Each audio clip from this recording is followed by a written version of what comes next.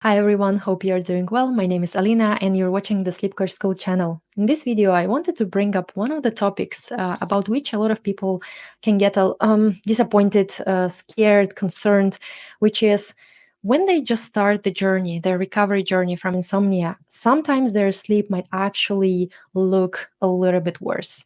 Maybe they experience more choppiness, more disruption. Maybe it takes them longer time to fall asleep. Maybe hyperarousal goes up. And so a person understandably finds themselves in a difficult situation when instead of expecting like a smooth and gradual progress, right from the start, they experience more turbulence, even more disappointment. So let's discuss the situation, which is super common, and help ourselves just to understand what's going on and how we can support ourselves in this. So have you ever thought about these kind of things? I understand the concepts, but my sleep seems worse since starting. Is this normal? Or why am I feeling more anxious even though I'm practicing acceptance? I started well, maybe the person had some, initial improvement, but then they hit a rough patch and now they're sleeping worse than before. And so when we stumble upon these kind of like experiences, of course, it might be frightening, it might be very confusing, and I completely understand that. But from the perspective of like how recoveries go, I just want to say that this is completely normal and you are not alone in this. Sometimes recoveries can have a turbulent beginnings, and that's completely fine. It doesn't mean that recovery is not possible or there is something undoable change that has happened and nothing can be done from now on. Of course, everything is kind of like overcomable, if that's the right word. Now, before we get into any sort of like helpful insights or some ideas, what I find useful is to just understand what might be the reason for that worsening. Why is it that it seems like things get worse before they get better? And so I outlined 4 reasons for that, and I hope that they will make sense to you as well. So first reason is that we start looking under the hood.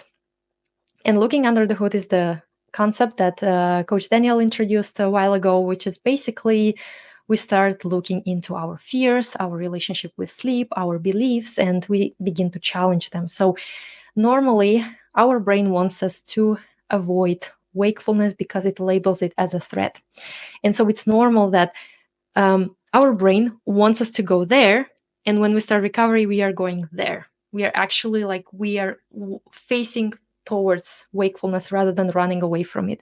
And so the first encounter with wakefulness, as we begin to expose ourselves to new information, new education, understanding how things work, sometimes that can create initial turbulence because our brain is just thinking that what we are doing is highly illogical. We are not supposed to look into this thing. We are supposed to try to escape it.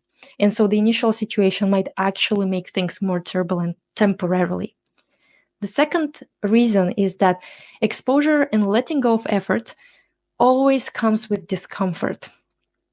Just like in the first point that I made, our brain does not want us to accept things that it considers to be a threat.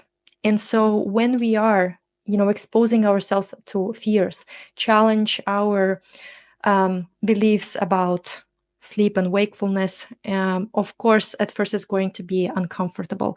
And so that discomfort can sometimes translate into choppier nights. We just feel more hyper-aroused because we are doing a lot of new things and our brain is having a hard time kind of like coming into terms with that. So initial this turbulence is normal during this exposure and letting go of first efforts. Another common situation, what might actually be happening is that when we begin recovery journey, we might just put too much pressure on ourselves. We might create unrealistic expectations about how this process should look like. And usually we imagine that the moment when we step on the journey, our nights should kind of like start improving kind of like rapidly and upward. It cannot be kind of like, it cannot go down. In other way, we can think in this way that I cannot sleep worse than I slept before I started this journey, which is understandable, of course. But sometimes when we are putting so much pressure in the sense that, okay, I must start this journey, but I cannot experience more wakefulness, that creates a paradoxical situation where that pressure creates sleep disturbance.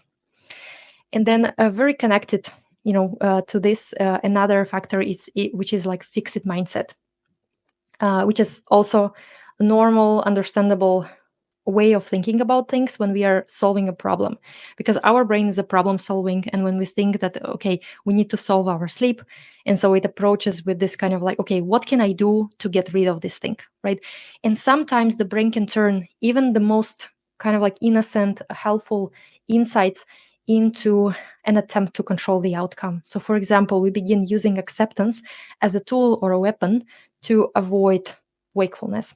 And sometimes it can actually backfire. For example, a person might share their experience, like, I tried for the first time to sit with my anxiety, just to allow it. I tried to tell myself that I'm safe, but even though I did all that, I actually felt even more anxious, and I was not supposed to feel more anxious.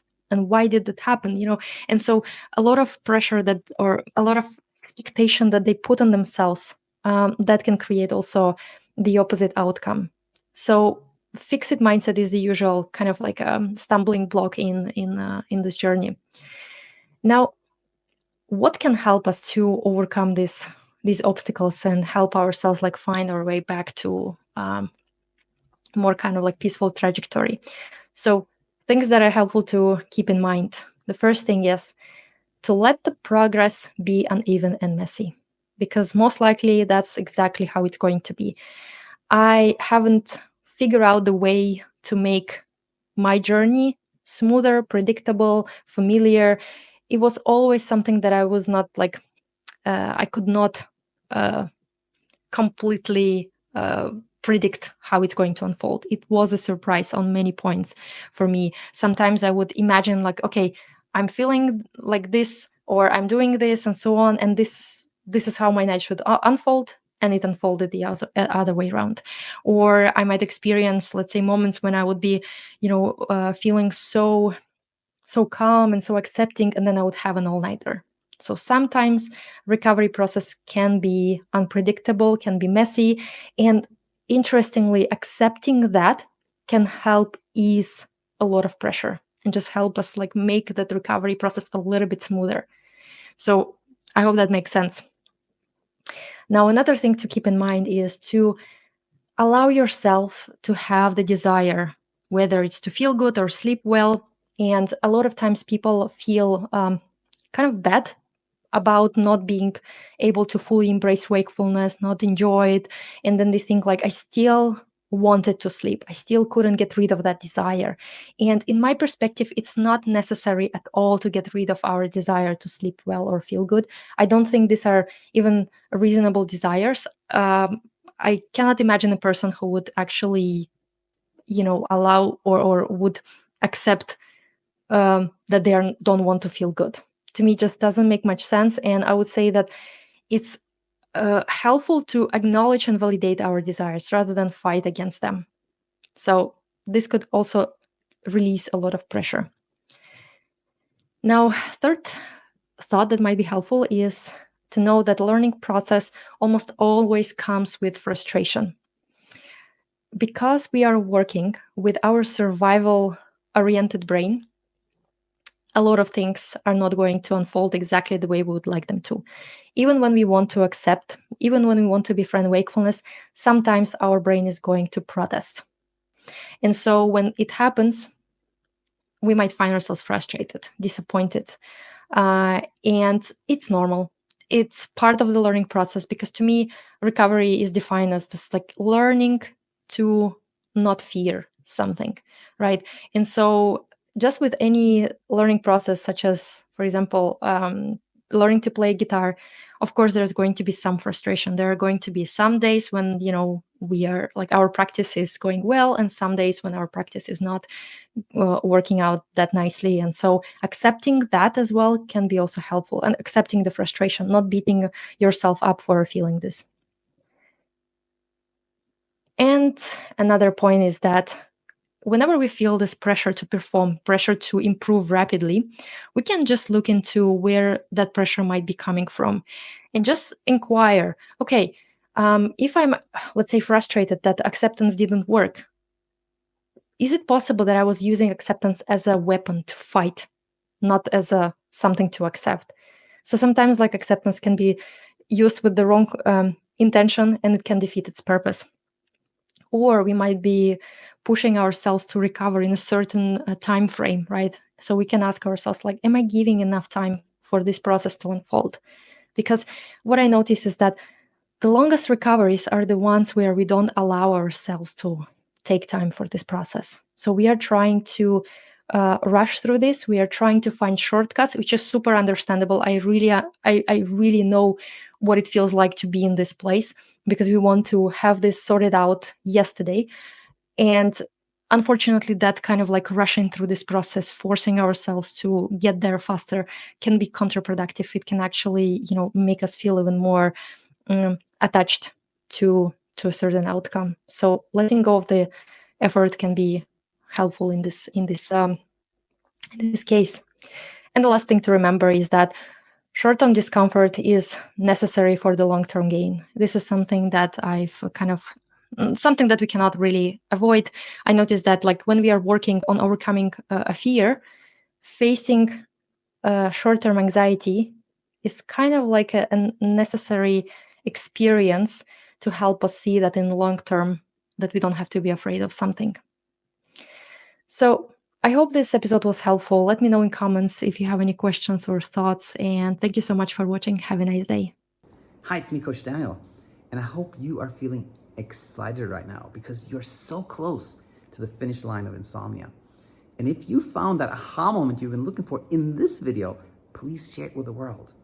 Because insomnia can be such a lonely and isolating place before you find our community. Speaking of which, if you would like some more personalized support on your journey, then head over to thesleepcoachschool.com. We have free and paid courses available with certified sleep coaches who have seen the worst of insomnia, left the struggle, and now are ready to help you.